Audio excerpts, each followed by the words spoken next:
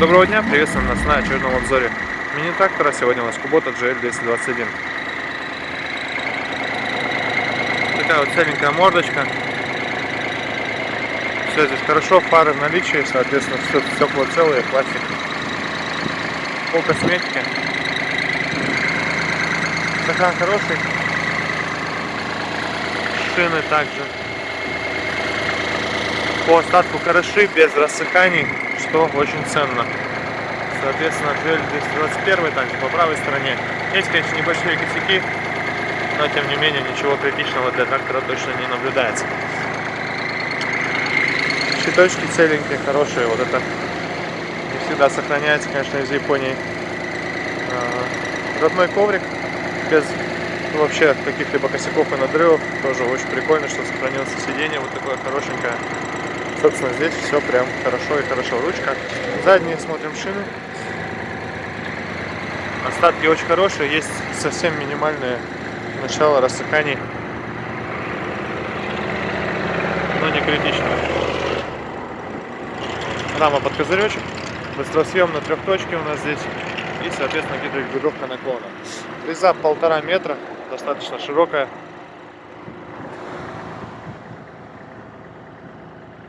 Ножи, конечно, повидавшие работ, 50% с них точно стерли, но тем не менее эти еще поработают на благо уже теперь нашей родины.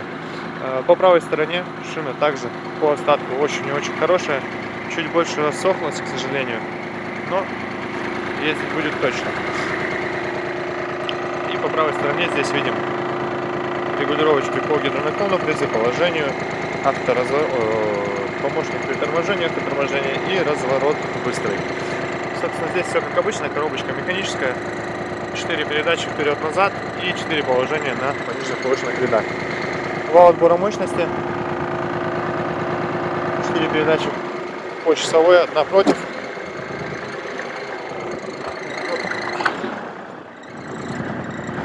Наработка 217 часов. Собственно, тракторок работает. Двигатель там, ремень посвистывает, надо поднатянуть просто. Двигатель работает очень четко, очень мягко. Реверс вперед, назад, как угодно. И, соответственно, здесь коробочка также абсолютно все четко включается, выключается, как вы хотите.